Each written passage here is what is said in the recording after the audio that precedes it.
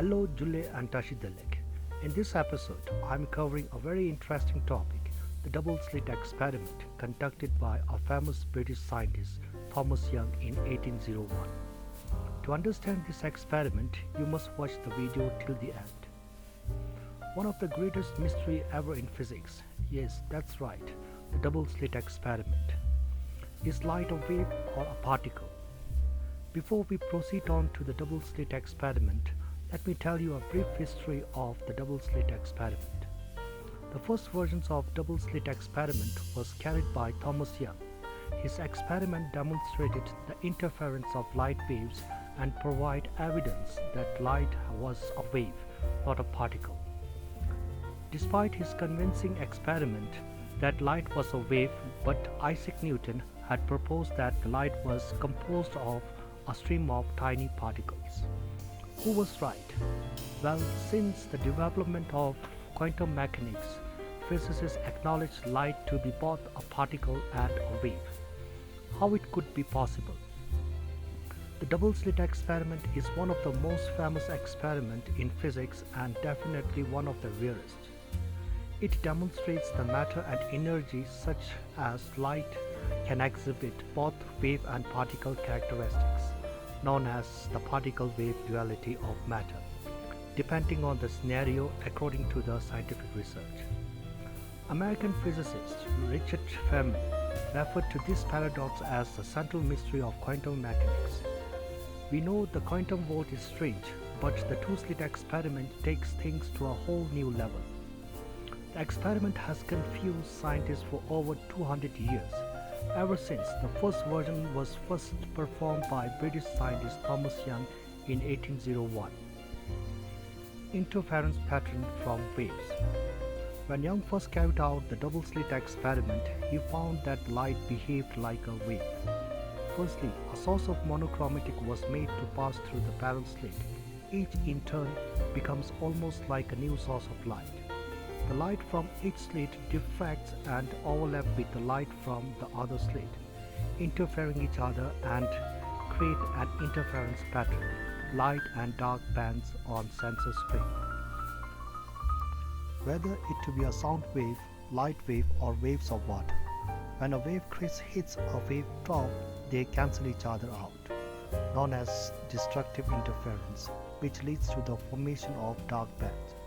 When a crest hits the crest, they amplify each other, known as constructive interference, and appear as a bright band. The combination of dark and bright bands is known as an interference pattern and can be seen on a sensor screen opposite the slit. This interference pattern was the evidence Young needed to determine the light was a wave and not a particle as Newton had suggested. But that is not the whole story. Light is a little more complicated than that, and to see how strange it really is, we also need to understand what pattern a particle would make on a sensor field. Particle patterns. If you were carried out the same experiment and fire grains of sand or other particles through the slits, you would end up with a different pattern on a sensor screen. Each particle would go through a slit and end up in a line in roughly the same place. It clearly shows that the wave and particle produce a very different pattern, so it should be easy to distinguish between the two. Well, this is where the double-slit experiment gets a little strange when we try and carry out the same experiment but with tiny particles of light called photon. Double-slit experiment in quantum level. The smallest constituent of light is subatomic particles called photon. By using photons instead of grains of sand, we can carry out the double-slit experiment on an atomic scale.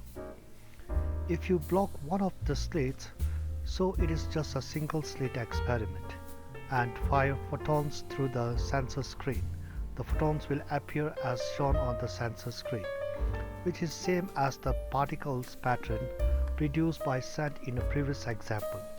From this evidence, we could suggest that photons are particles. Now this is where things start to get weird. If you unblock the slit and fire photons through both slits, you start to see something very similar to the interference pattern produced by waves. The photons appear to have gone through the pair of slits acting like waves. But what if we launch photons one by one, leaving enough time between them that they don't have a chance to interfere with each other? Will they behave like particles or waves? At first, the photons appears on the sensor screen in a random scattered manner. But as you fire more and more of them, an interference pattern begins to emerge. Each photon by itself appears to be contributing to the overall wave-like behavior that manifests as an interference pattern on the screen, even though they were launched one at a time so that no interference between them was possible. It seems like each photon is aware that there are two slits available. How? Does it split into two and then rejoin after the slit and then hit the sensor? To investigate this, scientists set up a detector that can tell which slit the photon passes through. Again, we fire photon one at a time at the slits as we did previously. The detector finds that about 50% of photons have passed through the top slit and about 50% through the bottom, and confirms that each photon goes through one slit or the other. Nothing too unusual there. But when we look at the sensor screen on this experiment, a different pattern emerges. This is where things get really weird. Same slit, same photons, same detector, just turned it off. Will we see the same particles-like pattern? The answer is no. The particles again make a wave-like interference pattern on the sensor screen. Now the conclusion is that the photons behave like waves when you are not watching them, but when you are watching them, they behave like particles. But how? We don't have the answer yet. Well, if you can answer that, a Nobel Prize is waiting for you. All the best.